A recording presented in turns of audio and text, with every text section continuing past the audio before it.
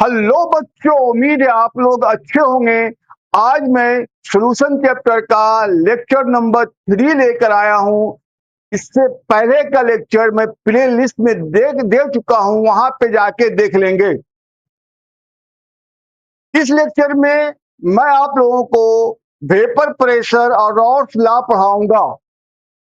जैसा कि आप लोग जानते हैं, मैं ब्रिज कॉन्सेप्ट का इस्तेमाल करके पढ़ाता हूं, जिसमें पहले मैं वो सभी कॉन्सेप्ट को बिल्कुल क्रिस्टल एंड क्लियर करता हूं जो पहले आप लोगों को पढ़ना था। आप लोग समझ नहीं पाए या समझ तो पाए थे, लेकिन अब आप भूल चुके हैं, और जिसका लिंक 12वीं क्लास के कॉन्सेप्ट में होनी है, ताकि 12वीं क्लास की हर कॉन्सेप्ट बिल्कुल क्रिस्टल एंड क्लियर हो जाए। और साथ साथ मैं आपको इसी से related readymade notes description box के लिंक में मैं दे चुका हूं, जहां पे जाके आप जरूर देख लेंगे, क्योंकि यहाँ पे सिर्फ मैं समझाता हूं। आपको इसी पैटर्न का नोट्स लिंक में मिल जाएगा, जहां से देखना बहुत जरूरी है। तो चलिए अब हम लोग आज के टॉपिक की तरफ आते हैं। पहले हम लोग ये समझते हैं कि वेपर किसे कहते हैं। क्या समझते हैं? वेपर किसे कहते हैं। देखो, वेपर क्या है? ये गैसुअस स्टेज है। क्या हमारा है? गैसुअस स्टेट, किसी भी लिक्विड का या किसी भी सॉलिड का। वेपर क्या हमारा है? गैसुअस स्टेट है। वेपर क्या हमारा है? गैसुअस स्टेट है, किसी भी लिक्विड का या किसी भी सॉलिड का। जब कोई लिक्विड वेपर में कन्वर्ट होता है, जब कोई लिक्विड वेपर में कन्वर्ट होता है, तो जिस प्रोसेस से वेपर वो लिक्विड बना रहा, इस प्रोसेस को बोलते हैं हम लोग ई वेपोराइजेशन। क्या बोलते हैं? ई वेपोराइजेशन। अगर के लिक्विड की जगह पे कोई सॉलिड है, क्या मैं बोल रहा हूं? लिक्विड की जगह पे कोई सॉलिड है और उससे जब वेपर डायरेक्ट कन्वर्ट होता है, तो इस प्रोसेस को हम लोग बोलते हैं, प्रोसेस को हम लोग बोलते हैं सब्लिमेशन। क्या बोलते हैं? सब्लिमेशन। अच्छी तरह से समझने के लिए पहले आपको क्या देखना है, एक कंटेनर में लिया, जिसमें मैं वाटर ले लिया, एक कंपोनेंट, प्योर कंपोनेंट वाटर में लिया, ठीक है। अब मैं जब इसको हीट करूंगा तो ये वेपर बनेगा। क्या बनेगा? वेपर बनेगा। वेपर जब बन रहा है तो इसे क्या बोलते हैं हम लोग? वेपोराइजेशन बोलते हैं।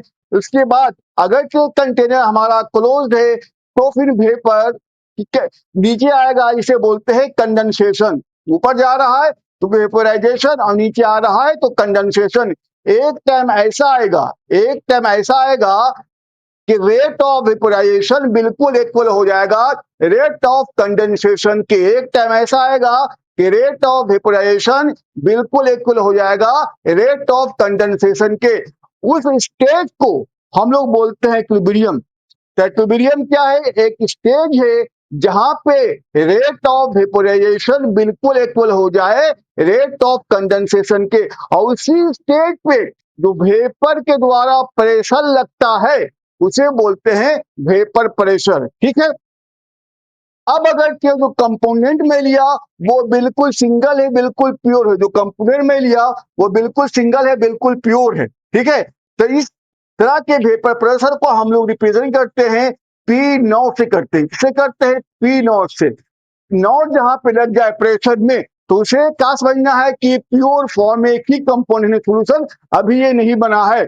अगर के कंपोनेंट को आप ए मानोगे तो उसे बोलोगे पी नॉट ए। अगर के कंपोनेंट बी होगा, मतलब वो सॉलिड होगा, तो उसे लिखोगे पी नॉट बी। तो P not a, P not be is represented the vapor pressure of pure component of A and vapor pressure of pure component of B।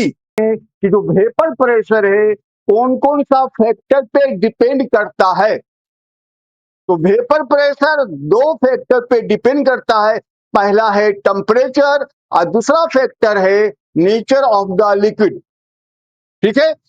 Temperature जब बढ़ाते हैं बच्चों, जब टेम्परेचर बढ़ाते हैं तो मोलिक्यूल की काइनेटिक एनर्जी बढ़ती है, जिस वजह कर वेपोराइजेशन ज्यादा होगा, मतलब के वेपर ज्यादा बनेगा, मतलब के वेपर प्रेशर ज्यादा लगेगा। तो कहने का मेरा मतलब ये है कि temperature is directly proportional to the vapour pressure. Temperature is directly proportional to the vapour pressure. इसी तरह से जो दूसरा फैक्टर है वो है नेचर ऑफ द लिक्विड। क्या है नेचर ऑफ द लिक्विड? अब लिक्विड के मोलिक्यूल के बीच intermolecular force of attraction, liquid के मोलिक्यूल के बीच इंटरमोलिकुलर फोर्स ऑफ अट्रैक्शन अगर से काफी ज्यादा होगा, स्ट्रॉन्गेस्ट होगा, तो ऑब्वियस सी बात है उसकी वेपोराइजेशन काफी कम होगी, मतलब कि वेपर वो काफी कम बनाएगा। इसका मतलब क्या हो रहा है कि अगर के intermolecular force of attraction liquid की काफी मजबूत है तो उस तरह के कंपोनेंट का वेपर प्रेशर कम होगा। और अगर के लिक्विड के बीच इंटरमोलिकुलर फोर्स ऑफ अट्रैक्शन काफी कमजोर है, वीक है, तो आराम से वेपोराइजेशन ज्यादा होगा, मतलब वेपर ज्यादा बनेगा, मतलब के वेपर प्रेशर भी उसकी काफी ज्यादा होगी। इससे पहले मैं वेपर प्रेशर प्योर लिक्विड के बारे में बात किया था। अब सॉल्यूशन है तो ऑब्वियस सी बात है दो या दो से ज्यादा कंपोनेंट होगा।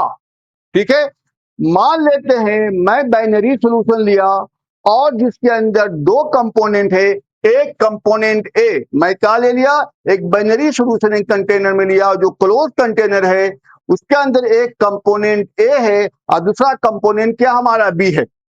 ठीक है, अब चूंकि दोनों कंपोनेंट वोलाटाइल है, जो मैं लिक्विड लिया हूं दोनों क्या हमारा वोलाटाइल है, वोलाटाइल उसे बोलते हैं जो एस्केप करता है। ठीक है, अब ये क्या होगा, अपना वेपर बनाएगा जिसके वजह से वेपर प्रेशर डेवलप होगा। ठीक है, तो कंपोनेंट ए की वजह कर भी वेपर प्रेशर बनेगा और कंपोनेंट बी की वजह कर भी वेपर प्रेशर बनेगा। मतलब क्या कहने का हमारा है, सॉल्यूशन में जितने भी कंपोनेंट हैं और अगर के कंपोनेंट्स वोलाटाइल हैं तो हर कंपोनेंट के वजह कर वेपर प्रेशर बनेगा, हर कंपोनेंट के वजह कर वेपर प्रेशर बनेगा। अब हम लोग उस कंपोनेंट के वेपर प्रेशर को पार्शियल वेपर प्रेशर बोलेंगे। क्या बोलेंगे, पार्शियल वेपर प्रेशर बोलेंगे, क्योंकि ये प्योर नहीं है, सॉल्यूशन का कंपोनेंट है, इसलिए सॉल्यूशन के कंपोनेंट के वेपर प्रेशर को हम लोग क्या बोलते हैं, पार्शियल वेपर प्रेशर।